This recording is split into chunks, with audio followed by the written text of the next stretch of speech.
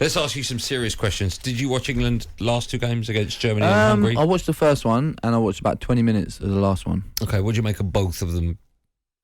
Let's start with the Hungary game. Wasn't the greatest game to watch, was it? England played with, I think, the back 3 in that one, wasn't it? What did you make of that? I think it's difficult for them players at the moment and that's not an excuse, but I've been there. When you know what, like I don't understand why they don't have it straight after the season. You know, the players go away for a week. They do what they want, and then you got to get back into it. That's not an excuse because they're professional and they get paid a lot, but I don't think that helps. When it's a match like that, an international match at the end of the season, right? I hear the phrase, "All the players are tired," etc. Are you honestly tired at the end of the season? I think you are tired, but the hardest part would be for me, and I've done it before, is you finish the season and then it's like you switch off, you relax, but then you've got to get back into it rather than just going straight into it. Yeah, because you never really switch off. Yeah. You go away and you're trying to relax, but you can't because you've got one eye on what's coming up. And the mental side as well. Exactly. You both, of course, played for the national side. You both would have watched England over the last 2 games. Can you look at the body language of a footballer and see they're just not up for it, they're too tired? Can you do that? Can you just see that? I'm not saying they are, but if they are not interested in playing because they're too tired, etc., can you see that on the pitch? I think you can tell, but to be honest with you, I've never experienced that Nations League. Now, I don't know how that feels. Did the players take it that serious? Like, whenever I was playing in the summer in the national team, it was either a major tournament, which obviously you're up for, or a qualifier, which you're up for. There was never really any friendlies in it. No. I think the tired part, you can a little bit, but it's more confidence. You can see which players in that squad are at it, full of confidence. Someone like a Declan Rice had a really good season. He's flying about. But there are other players where you think, maybe it's the confidence is taking a bit of a whack, a little bit unsure at the minute.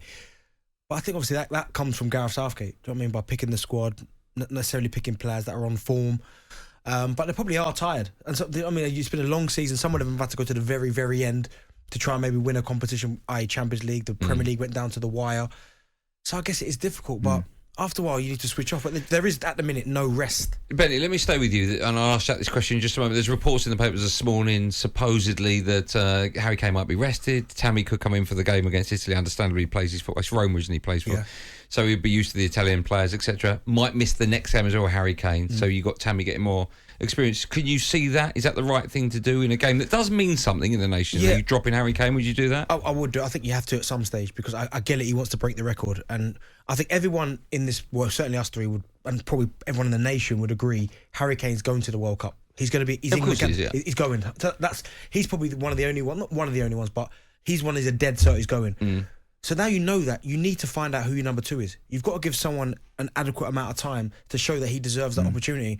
That's what 10 minutes here, 5 minutes there. You've got to give someone, even if it is 2 games, 90 minutes, 75 minutes, a good chunk of time to see, right, is he good enough? Could he step in if Harry Kane was to get an injury? But at the minute, we never ever know who number 2 is. Is it Calvert-Lewin? Is it Abraham? Is it, I don't know, Danny Ings?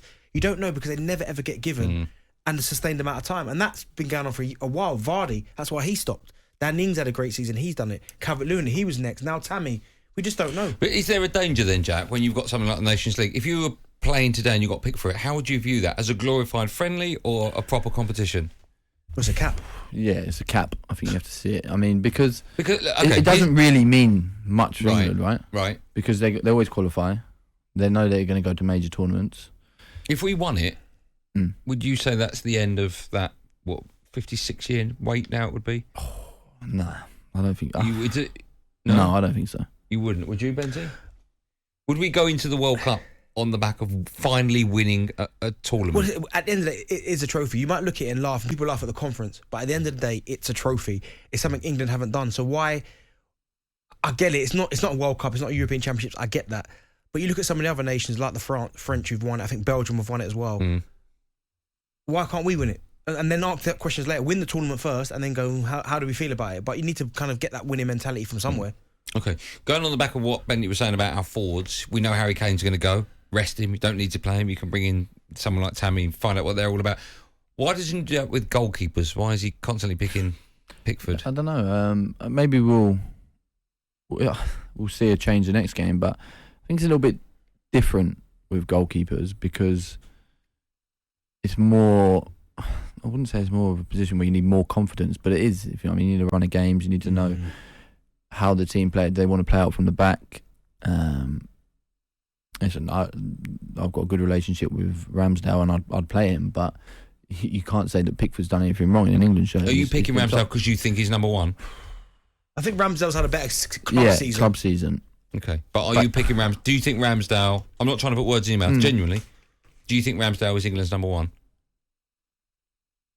I think he is, and that's harsh because Pickford hasn't done anything wrong in an England shirt. But if you're picking it on the season they've had, I'll go Ramsdale. Okay, just quickly as well, expectations for the World Cup. I think this is a horrible question, but in your mind, I'll stay with you, Jack, for a moment. For me, I think, listen, they got to the final of the Euros. Now, if you look at the squad, it's one of the best. It's definitely top 5, right? Mm-hmm. So, I mean, you obviously need a little bit of luck in tournament football. But they'll want to get to the final. They're definitely going to get out of the group. Okay, but from your perspective, what's the minimum England and Southgate need to do? Minimum get to the final. So wow. I think semis. But you know, I look at England and I'm with Jack. So that's a success, is it? Yeah, but I'm just judging that off what they've done and the squad they've got. If he can get the right players on the pitch. But I think that's the problem, because I think we've got the players, like squad-wise.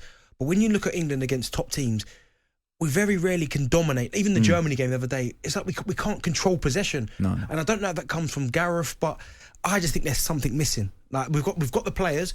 Like defensively, okay, maybe it's a bit of an issue, but we've got players that can cope. Going forward, we've got abundance of talent, but there's still something missing. Like why we can't get over the line. Okay, would either of you put Declan Rice as a centre half? I think you missed too much. Who would you play in that position in midfield then? I don't know. I don't know necessarily if you need two holders. If you got someone like maybe Calvin Phillips and letting Jude Bellingham play that role. No, I'd play Dec as a holder on his own. You would. On his own. On his own. I'd agree with that. Yeah, on his own.